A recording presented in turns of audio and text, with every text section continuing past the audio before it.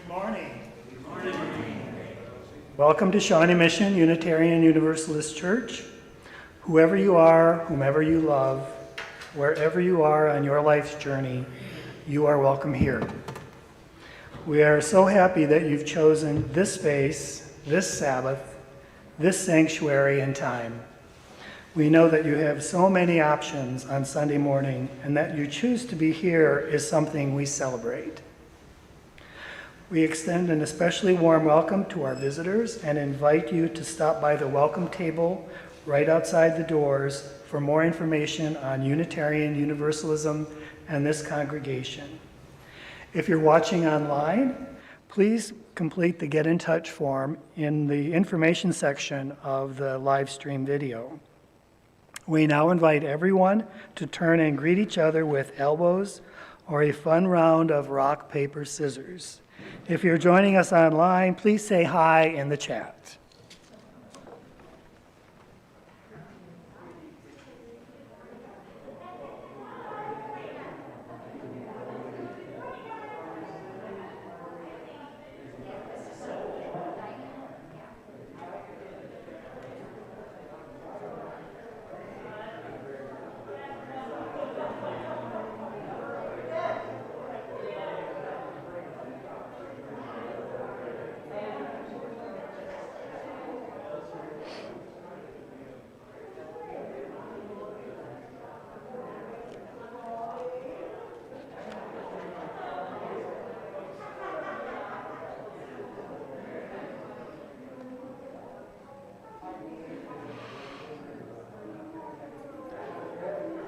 Thank you. It is good to be together.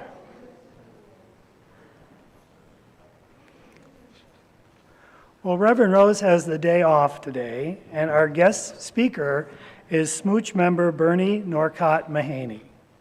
If you haven't heard Bernie speak before, you are in for a real treat. When he speaks, his message is often filled with humor and always interesting and thought-provoking. I asked Bernie for some biographical information to use in his introduction, and he only gave me 6 words. Boston Irish, Jesuit-educated, neo-pagan. That's Bernie. Thank you for your message today, Bernie. I'd also like to take this moment to introduce our accompanist, Larry Beekman, on the guitar. Larry has been with us several times before, and I always enjoy him playing. I have one announcement today. Since we returned to in-person services in early September, we've required all worship service attendees to be vaccinated and to present proof of vaccination to the church. There has also been a check-in process on Sunday mornings that allows us to verify vaccination status, have a list of attendees of every service in case contact tracing is necessary, and it hasn't been so far, and to ensure that we stay within the capacity limit of the sanctuary. And I don't think we're going to have that problem today. We now have over 360 vaccination cards on file, and while we still have some new visitors every week who will need to check in at the welcome table or one of the check-in tables, most of the people who are attending in-person services are vaccinated with cards on file. So if you are vaccinated and have already uploaded or presented your vaccination card, you can now do a contactless check-in for Sunday worship service on your phone and bypass the check-in table altogether. I've posted a link to a brief YouTube video on the SMUUCh community Facebook page that shows how to do this, and the link will also be included in next week's all-church email. I personally appreciate how cooperative everyone has been in providing proof of vaccine and going through the check-in process. It's a little inconvenient, but it's very important. And with your cooperation with mobile check-in, we can make the Sunday morning experience much smoother and a lot more pleasant for everyone.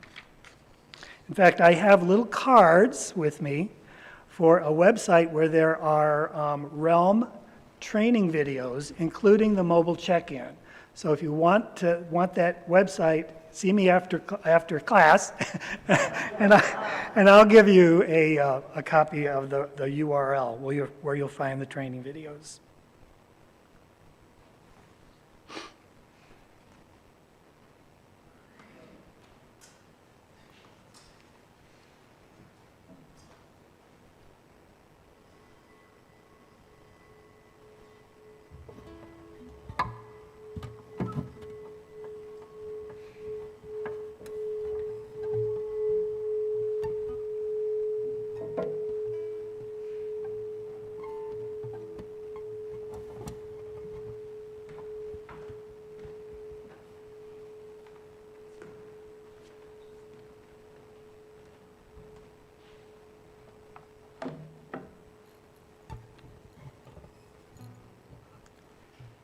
Happy St. Stephen's Day, Merry Boxing Day, a deeply soulful Yule to y'all.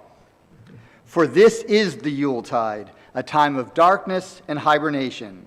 To honor this time, hear these words from Wendell Berry in his poem, To Know the Dark.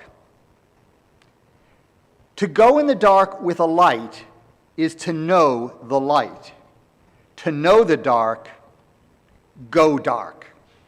Go without sight and find that the dark, too, blooms and sings and is traveled by dark feet and dark wings.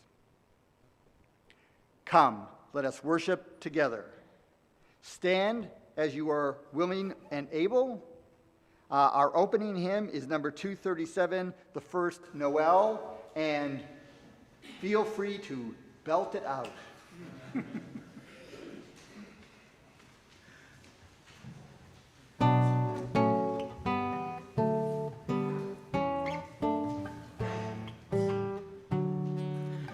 The first Noel, the angel did say, was to certain poor shepherds in fields as they lay, in fields where they lay keeping their sheep on a cold winter's night that was so deep.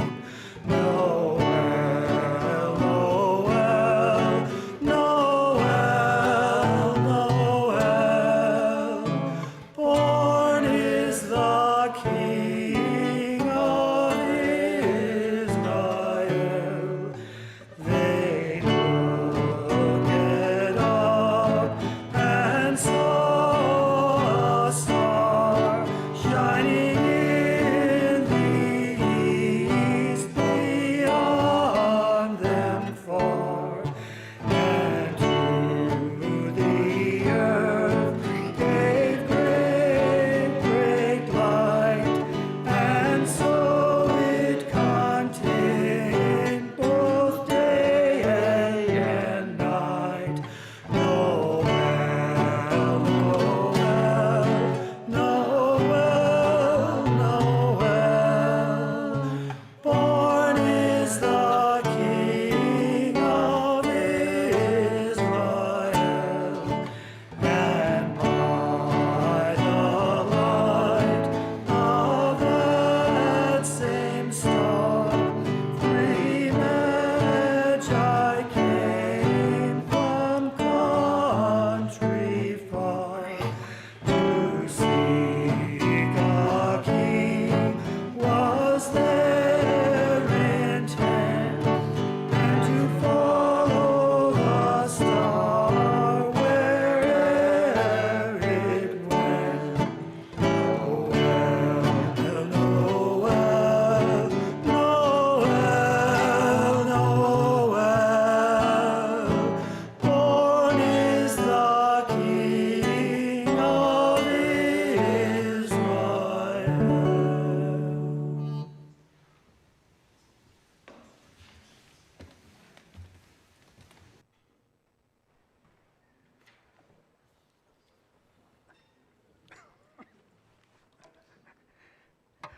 As Heather Ann Norbury comes forward, to light the chalice, please, we invite you to join in reading our covenant, which is displayed on the walls behind me. Love is the doctrine of this church. The quest for truth is its sacrament, and service is its prayer. To dwell together in peace, to seek knowledge in freedom, to serve humanity in fellowship, to the end that all souls shall grow into harmony with the divine. Thus do we covenant with one another.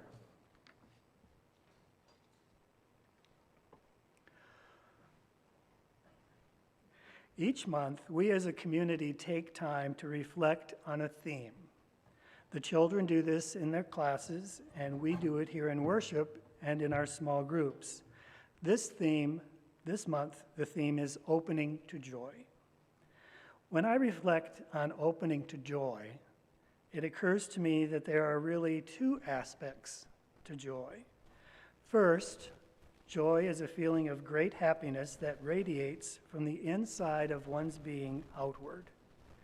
And second, the source or cause of this great happiness quite often moves from the outside of one's being inward.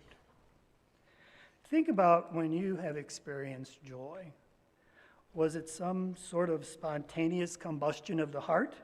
Or did something happen, something outside yourself that triggered great happiness in you? My guess is that for most of us, the latter is true. A glorious sunset fills you with awe beyond words. A strain of music touches something in you and leaves you weeping in a good way. The sound of your 2.5-year-old granddaughter's laughter melts your heart.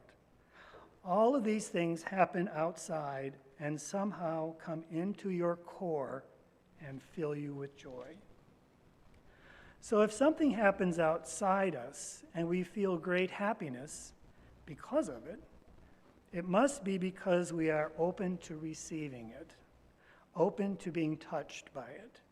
There must be an opening space, a door that lets whatever's out there connect to whatever's in here. And joy happens. But this opening can be a perilous business. When we open that door, we become vulnerable, and other things can enter. Disappointment, disillusion, pain. When faced with these, some people decide not to take the risk. They decide just to keep the door closed. One of the best examples of someone who has chosen to close the door to pain and disappointment and disillusion, and at the same time joy, is appropriate to the season, Ebenezer Scrooge. Now, please understand, I'm not a Dickens scholar, nor have I done extensive literary research. I read A Christmas Carol half a lifetime ago, and have forgotten more of it than I could ever remember.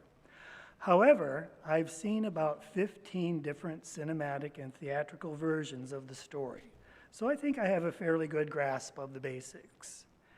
Ebenezer Scrooge is a perfect example of someone who, over the course of a lifetime of disappointments, injuries, and loss, has closed the door to his soul. It's locked, triple bolted, and nailed shut. What really strikes me about the story, as I understand it, is that even late in his life, when the old skinflint is at his crotchety worst, there are people all around him trying to bring joy into his life, either through direct action or by their example. There's Scrooge's nephew, who married for love rather than for money or position, who visits him early in the story to invite him to Christmas lunch. There are local businessmen soliciting donations for the poor. There's Bob Cratchit, who supports a large family on pitifully low wages and yet seems to embody the happiness of the season.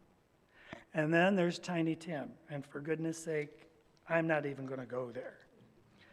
Finally, 3 spirits come to help.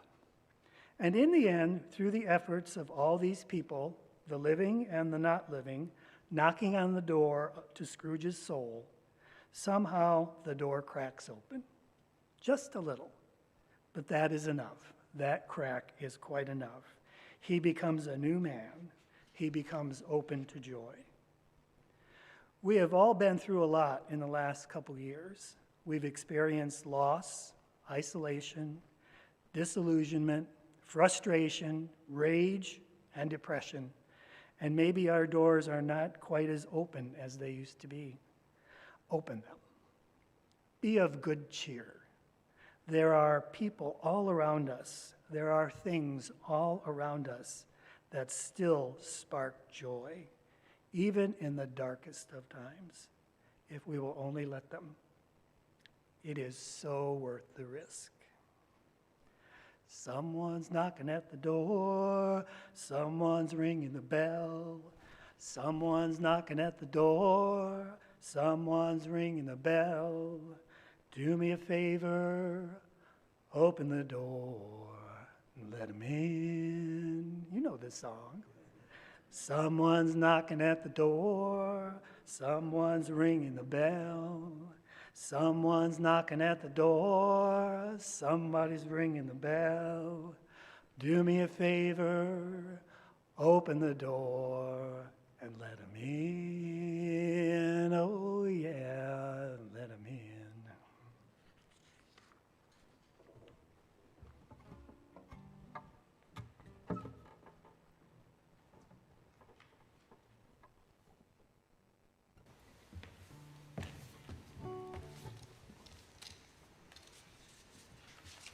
Thanks for that sermon, Ed. We're allowed to do this when we're singing.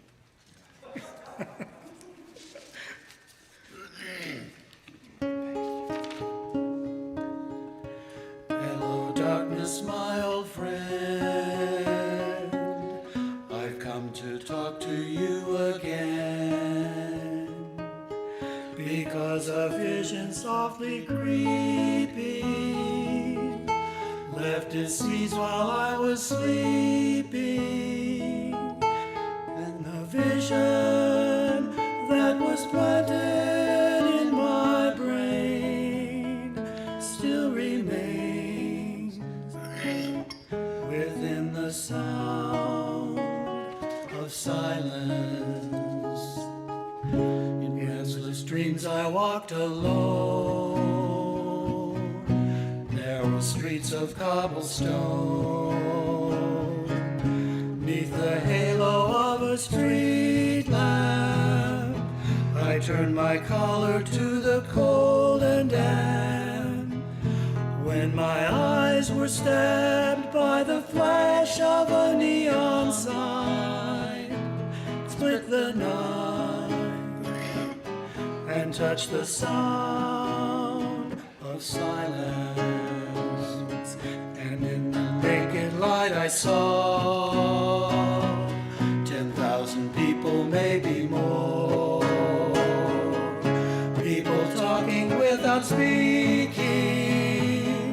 People hearing without listening. People writing songs that voices never shared, and no one dared disturb the sound of silence. Fools said I, you do not know, silence like a cancer grows. Hear my words that I might teach you. Take my arms that I might reach you. But my words, like silent raindrops, fell and echoed in the wells of silence. And the people bowed and prayed to the neon god they made. And the sign flashed out its warning in the words that it was forming. And the sign said the words of the prophets are written on the subway walls and tenement halls, and whispered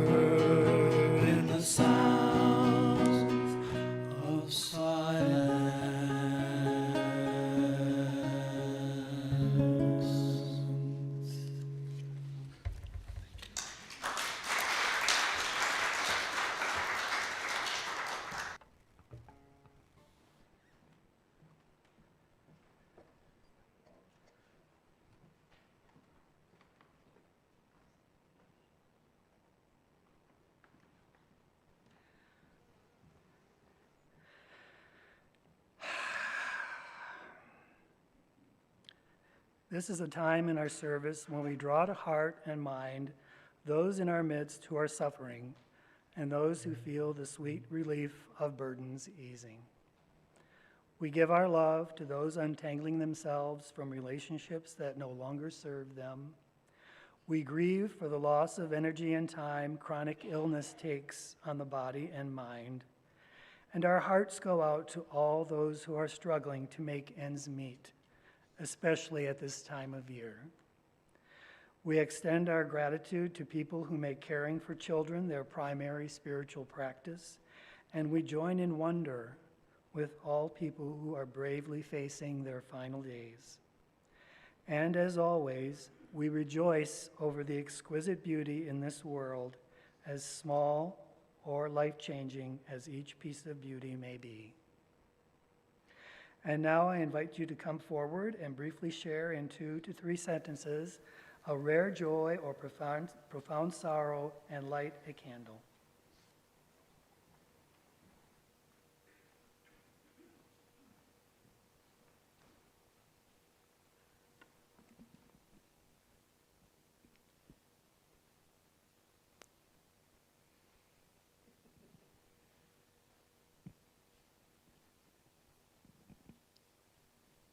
My name's Bernard Norcott-Mahany. I'm related to that guy. I'm lighting a candle of joy, which I am thinking may be the same reason he is in line, or are you in line? Maybe in line.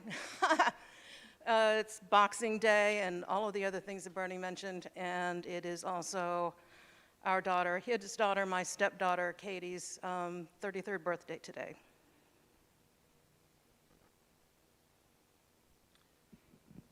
I'm Jenny Ashby. I have 2 candles, one of concern and one of, well, more concern, possibly sorrow. My grandson recently went into rehab.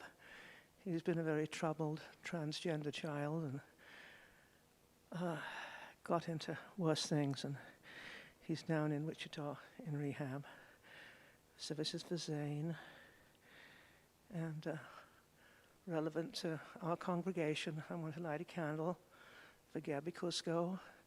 Gabby is under hospice care and is not able to receive phone calls or anything really. Cards and messages would be appreciated, but she's on her way.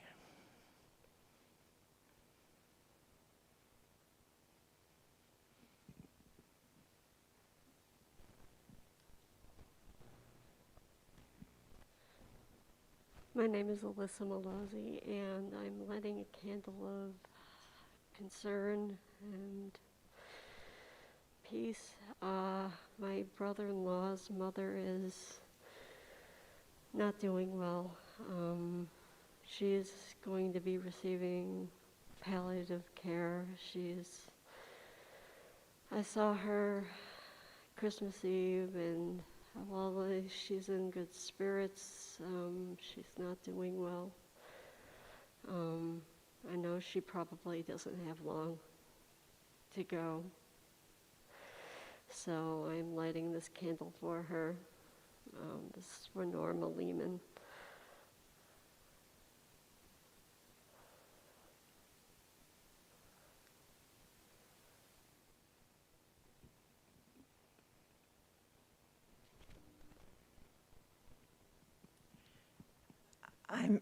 My name is Marie Bray, and very aware of what a beautiful time of year this is for many of us.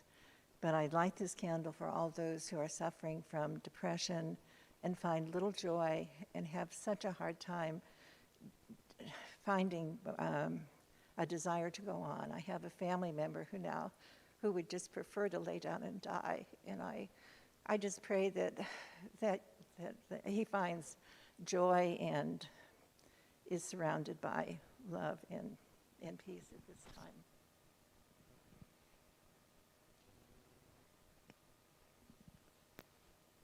time. I'd like to, since Carla already beat me to the punch on my daughter's birthday, I would like to light a candle of gratitude to you guys during the the covenant. Some idiot, that would be me, did not include the covenant in the words, so there was a blank screen behind me, but you people knew it by heart and spoke it from your heart, so thank you.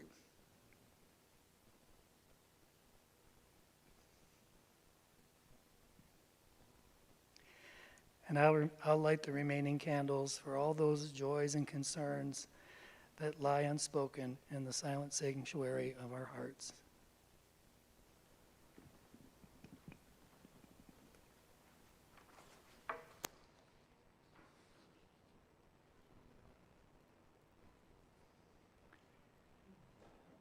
Everyone, please sit comfortably in your chair. Put both feet on the floor and close your eyes. This will be a guided rather than a silent meditation. First, let's all take a few deep breaths. Breathe in, breathe out. Again, breathe in and out. And once more, breathe in and out. While you keep breathing in and out, imagine that you have just come from the daylight into a room that is totally dark. Once you get used to being in the darkness, you move towards the middle of the room and find an empty chair there. You pat the chair to make sure that it is empty, it is a dark room, before sitting down. As you seat yourself, you realize there's another chair, or maybe a table, beside the chair where you are sitting. On top of this surface is a box with a lid tied with a bow. You know all this simply from your sense of touch. Somehow, you know that this is a present just for you. You can untie the bow and open the box, but as the room is totally dark, you cannot see the present. You can use your other senses to get some sense of what the present might be, but nothing more than that. Whatever the present is can only be sensed in the dark. It cannot be seen or otherwise perceived in the light of day. Still, you feel gratitude for the gift, knowing that you'll get to keep it, and figuring that whatever the gift is, someday it may come in handy when you need it. I'd like you to take a few more deep breaths as we come out of the meditation, imagining or wondering what the gift might be. Breathe in and out. Breathe in and out. And now, slowly come back to this room, to the morning light. You still have your gift. I cannot see it, nor can you in the light of day, but you have it. And thinking of that gift, consider these lines of Mary Oliver entitled The Uses of Sorrow. In my sleep, I dreamt this poem. Someone I loved once gave me a box full of darkness. It took me years to understand that this too was a gift.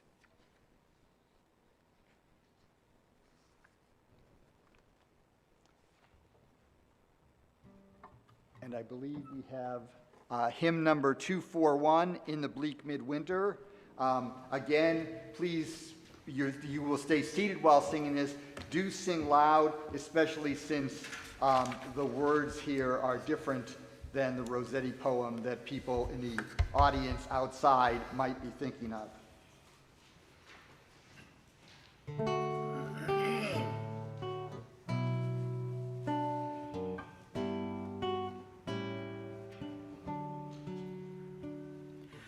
In the bleak midwinter,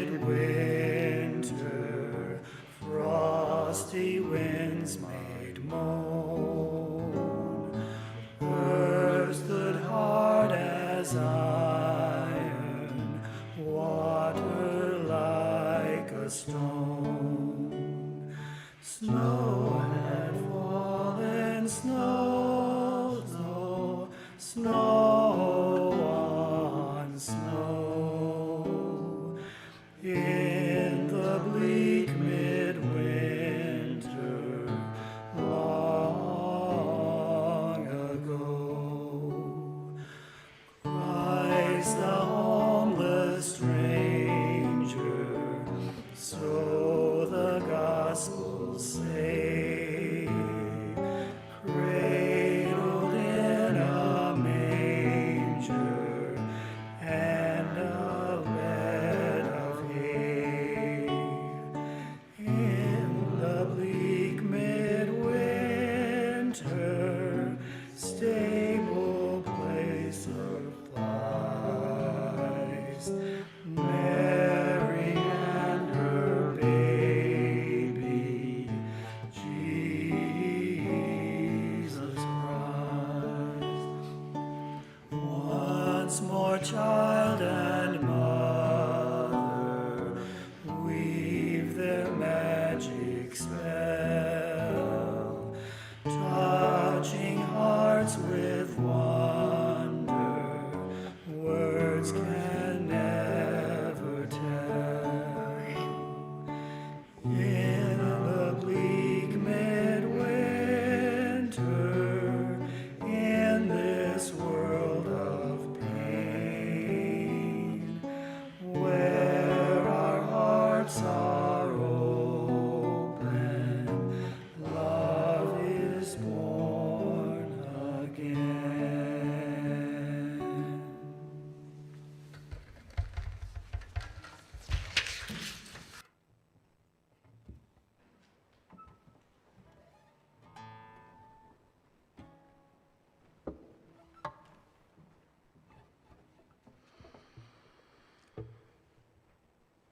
Reading.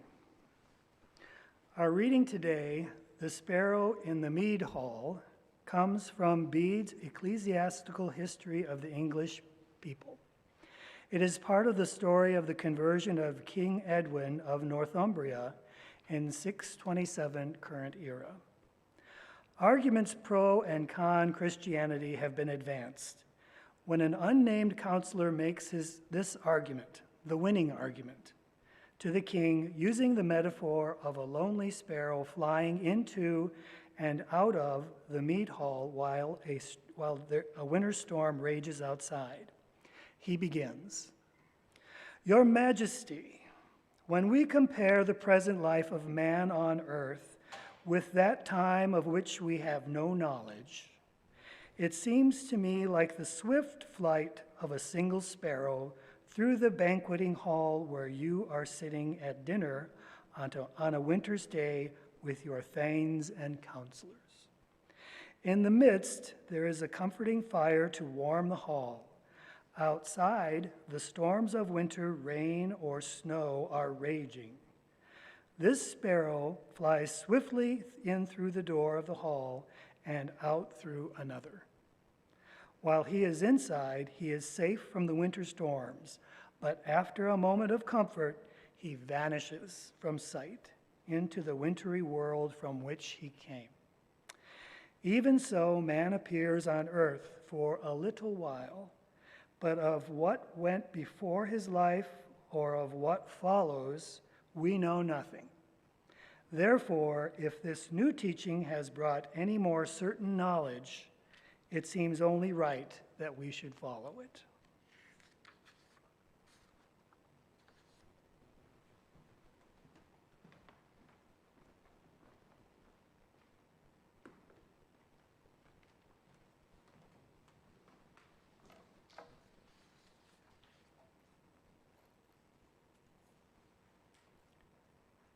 Hello, darkness, my old friend. I've come to talk with you again. Some of you who know me know that I regularly get up in what some call the middle of the night.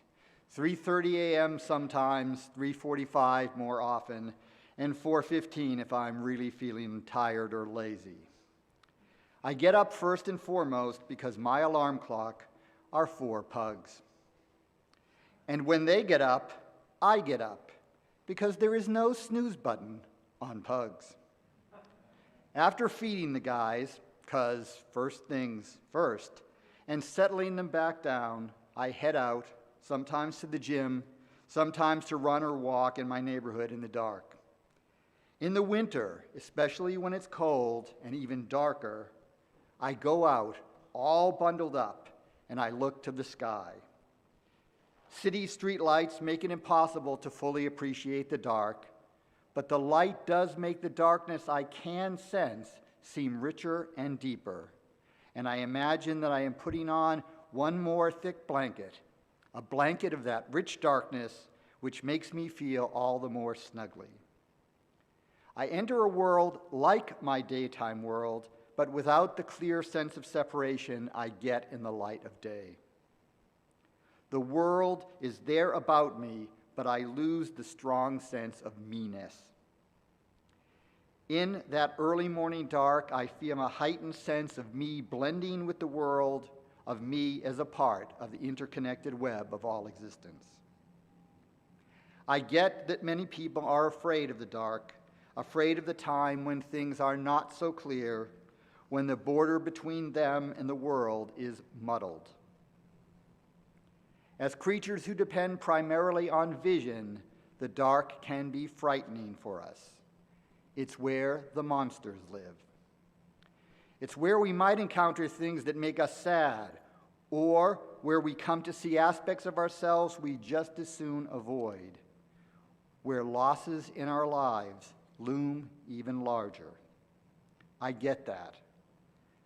I'm not sure when I stopped needing a nightlight to be able to go to sleep, but it was long past the time when boys are supposed to grow out of that. During my 7th year, the year where I recall dreaming every night, every dream a nightmare, I'm sure I could not have gotten to sleep without that comforting little light. And I think that something of that fear of the dark, of the unknown, is going through the mind of that unnamed Anglo-Saxon advisor to King Edwin when he offers the image of the sparrow in the mead hall. For an Anglo-Saxon, the scene he paints is the most comforting of all, being inside the mead hall, together with his friends, together with his leader, enjoying their company, enjoying the warmth, enjoying the light of the room. Outside is cold and dark. It's where monsters live. Just ask Grendel, he knows. And the person who finds himself or herself outside, in the cold, in the dark, all alone, that has to be the Anglo-Saxon idea of hell. Old English poems like The Wanderer and The Seafarer, which explore this theme of the person alone in the dark and the cold, make that abundantly clear. The counselor, though he may never have gone through that experience himself, can imagine it. It's right there in his brief story. The sparrow, which is a sparrow, but it's also a stand-in for the human soul, for the narrator, for his audience, who, despite the joy and camaraderie of the mead hall, that place of light, must go it alone into the dark at some point. For Edwin's counselor and for the king himself, his chief audience, the biggest argument in favor of Christianity was that it might offer some comfort and enlightenment to them, and offer some way of keeping or expanding the light of the mead hall as they head out into the dark. For that counselor and for the king, and I think for many of us, staying in the light or extending the light into the dark is something good, something to strive for. It is the promise of light that animates those who attend what Episcopal Reverend Barbara Brown Taylor, in her book Learning to Walk in the Dark, calls a full solar church. Such a church emphasizes the benefits of faith and offers a sure sense of God's presence, a certainty of belief, divine guidance in all things, and reliable answers to prayer. It's what the nuns who taught me in St. Peter's School long ago were getting at when we would bring up that, "Sister, Episcopals and Lutherans and Methodists have communion too." And the nuns would just look at us, a kind but sad look on their faces, thinking, maybe in a prayerful way, "Oh, you poor deluded children." And they would answer, "Yes, they do, but they do not follow the true faith, the true church." In other words, those Protestants were wandering around in the dark, while we Catholics could bask in the light of the truth. As a Unitarian, I found a similar sentiment expressed, especially in those churches that are strongly hardline atheist humanist. Having escaped, so they believe, their Christian or Jewish or whatever past, they have found the truth, the true religion. For them, reason has transplanted God, and the principles of the Enlightenment provide solid ground on which to stand. The pull of certainty and the truth are strong. When I was preparing for confirmation in the 7th grade, the point where, as an adult, one who has reached the age of reason and can make an informed choice, chooses to declare oneself a Catholic on one's own steam, and where one chooses a new name for your renewed Catholic identity, I chose as my confirmation name, Thomas. When asked by Sister Hugh Francis why I chose that name, I said that I found myself plagued by doubts and that I hoped that St. Thomas would help me get past doubt and find certainty. Well, it didn't work. Hell, I'm a Unitarian, and I still doubt. Let me tell you, the bright lights of dogma or the Enlightenment aren't all they're cracked up to be. Oh, they are bright and they catch our eye, but Simon and Garfunkel warn about worshiping the neon gods they made. REM notes that that's me in the spotlight, losing my religion. And the Tao Te Ching begins with the warning, the Tao or way that can be named is not the true Tao. In other words, if you are sure of the path and sure you are on the right path, a path you can clearly see, chances are you are on the wrong path, or on a path that will not take you where you want or need to go. And you'll end up yearning for the road not taken, or aching for those detours you bypassed on your way to your destination. Or maybe you won't, but it won't be that you didn't miss anything, simply that in the bright lights you couldn't see the things in the shadow and still can't. To be a member of a full solar church, whether it be Christian or atheist humanist, is to miss all that darkness can tell us. Darkness is powerful. It has always been there. In Genesis, God does not create darkness. It's there already. God says, light, or let there be light, and then separates the light from the dark. And throughout Scripture, light is preferred over dark. But medieval Christian mystics understood the power of the dark and the need to go there. They didn't like the dark, and the prospect of the dark night of the soul could prove terrifying. Still, they knew that they had to go there, that the dark was part of the journey in an authentic life. What that sojourn in the dark did was to liberate people who went through it, because the dark night burst all their certainties, all their dogmas, everything that kept them in a well-lit box and away from a relationship with the world or with God.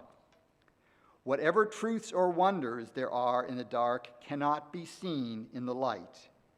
As Wendell Berry notes, To go in the dark with the light is to know the light. To know the dark, go dark. And Mary Oliver came to realize only years later there was some beautiful lesson to be got from the gift of a box of darkness.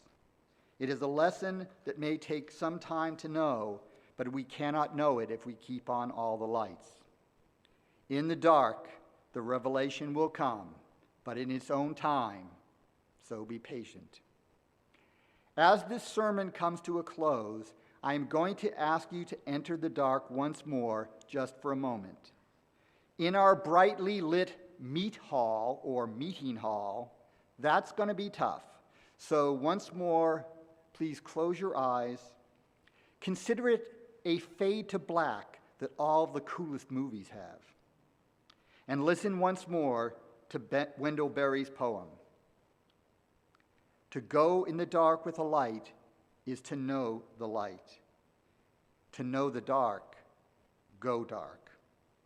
Go without sight and find that the dark too blooms and sings and is traveled by dark feet and dark wings. As we open our eyes again, let's imagine the sparrow here flying about, and let's let the sparrow fly off once again into the dark. After one last look of the sparrow leaving through the door or through the window, let's wish him well. Remember, like the sparrow, we too find ourselves in a bright and festive hall, but sometimes find ourselves in the dark.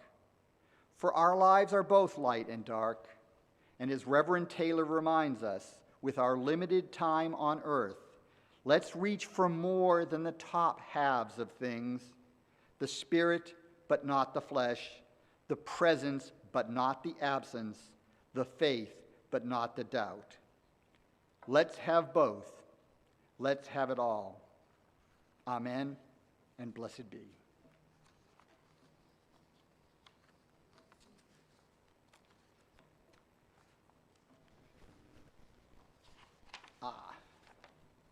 Now I'm going to have to wing it since my notes on the introduction to the offertory, which I had prepared, are over there. So, first of all, if I had written a letter to Santa Claus, that letter would have asked for Jim Christ as worship associate, and Heather Ann Norbury, and Danny, and Jim, and Larry Beekman providing music in this place, and for the tech people to be doing their work, which makes it possible for others who are not here to see this, and for the ushers for all they do to get things ready before the service and now during the offertory. But Santa Claus could not do that alone. It required the gift of all of these people saying yes to the invitation to service. They said yes, and so we have a beautiful service. The church depends on us, on all of us.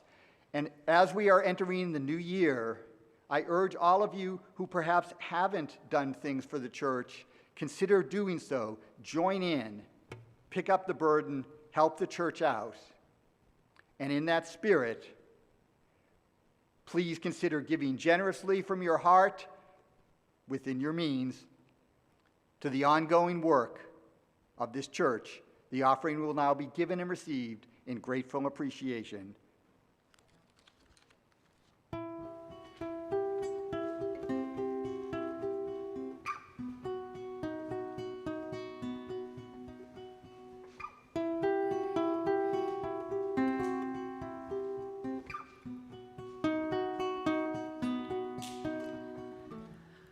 I woke today and found the frost perched on the town.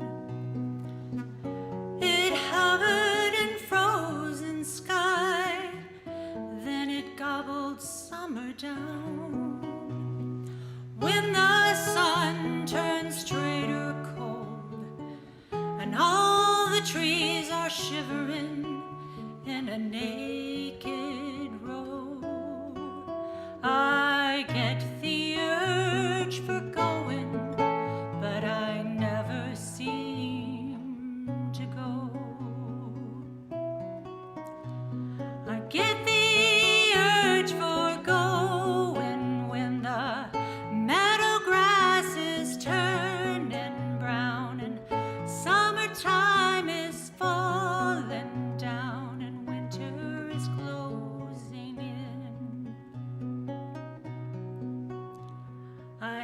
bred me a man in summertime.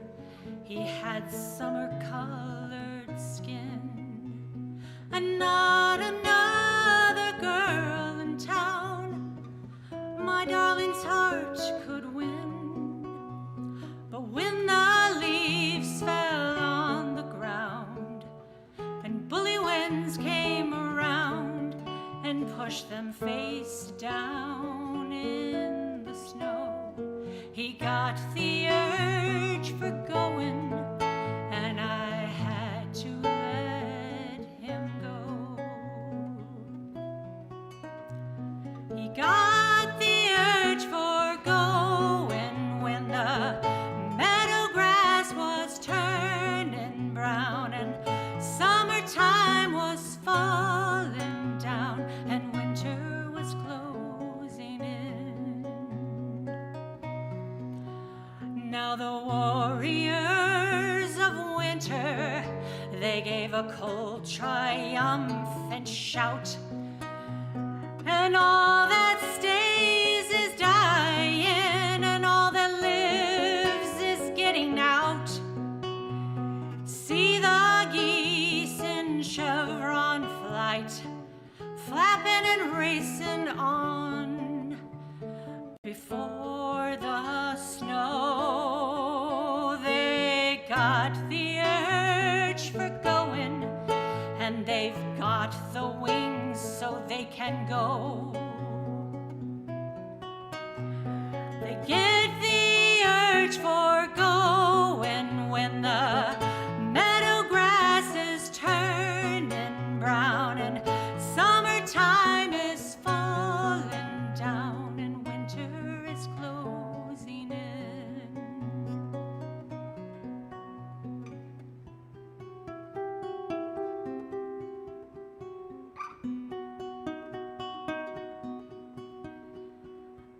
I'll ply the fire with kindling and pull the blankets up to my chin.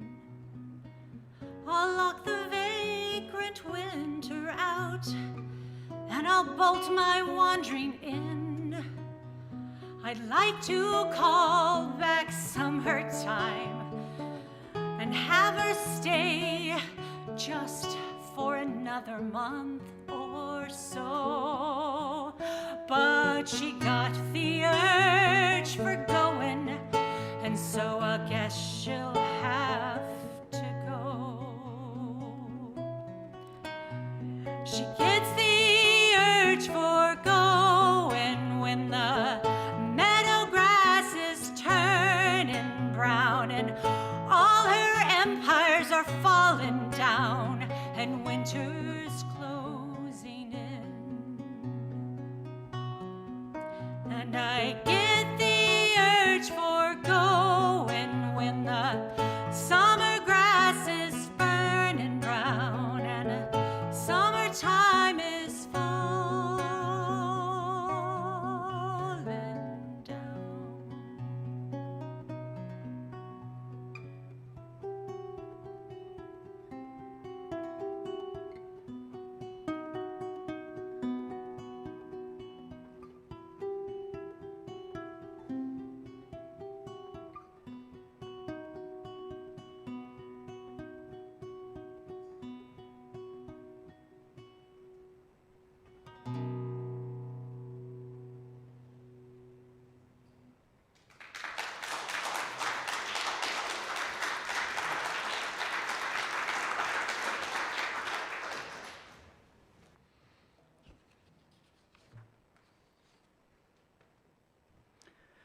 We extinguish this flame, but not the light of truth, the warmth of community, or the fire of commitment. These we carry in our hearts until we are together again.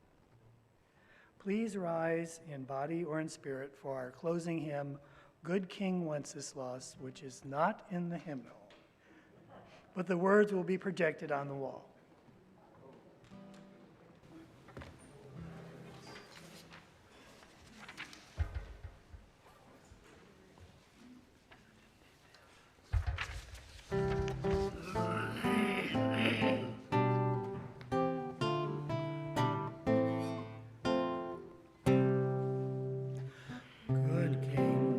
Wenceslas looked out on the feast of Stephen, when the snow lay round about, deep and crisp and even.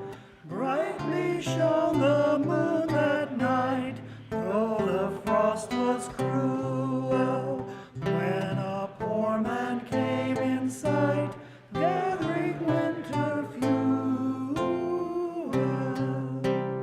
Hither, page, and stand by me, if thou know'st it telling, yonder peasant, who is he, where and what his dwelling? Sire, he lives a goodly hands underneath the mountain, right against the forest fence, by St. Agnes' fountain.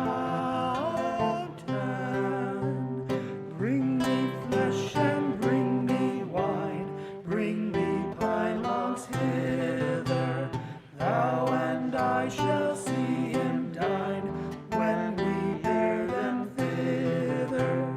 Page and monarch, forth they went together, through the rude wind's wild lament, and the bitter weather. Sire, the night is darker now, and the wind blows stronger. Fails my heart, I know not how, I can go no longer. Mark my footsteps, good my page, tread thou in them boldly. Thou shalt find the winter's rage, freeze thy blood less coldly. In his master's step he trod, where the snow lay dinted. Heat was in the very sod, which the saint had printed. Therefore, Christian men, be sure, whether rank possessing, he who now will bless the poor, shall I be blessing.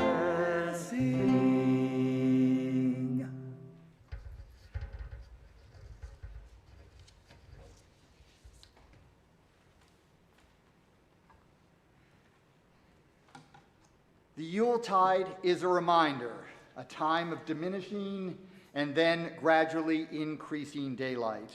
It is a dark time, a time for rest and reflection. It may be an overwhelming time for us, where we feel stuck like Joni Mitchell, feeling the urge for going, but not doing so. My hope for the coming year is that we meet its challenges like good King Wenceslas, fully aware of the dark and of the fear that the dark may engender, but still going out into the dark to do good and to be whole. May we do likewise and be like Wenceslas, or like his nameless page, when we head out into the dark. Our service here is ended, but not our service to ourselves, our families, our friends, this church, our towns, our state, country, the world. That service remains always our challenge and our privilege. Go in peace.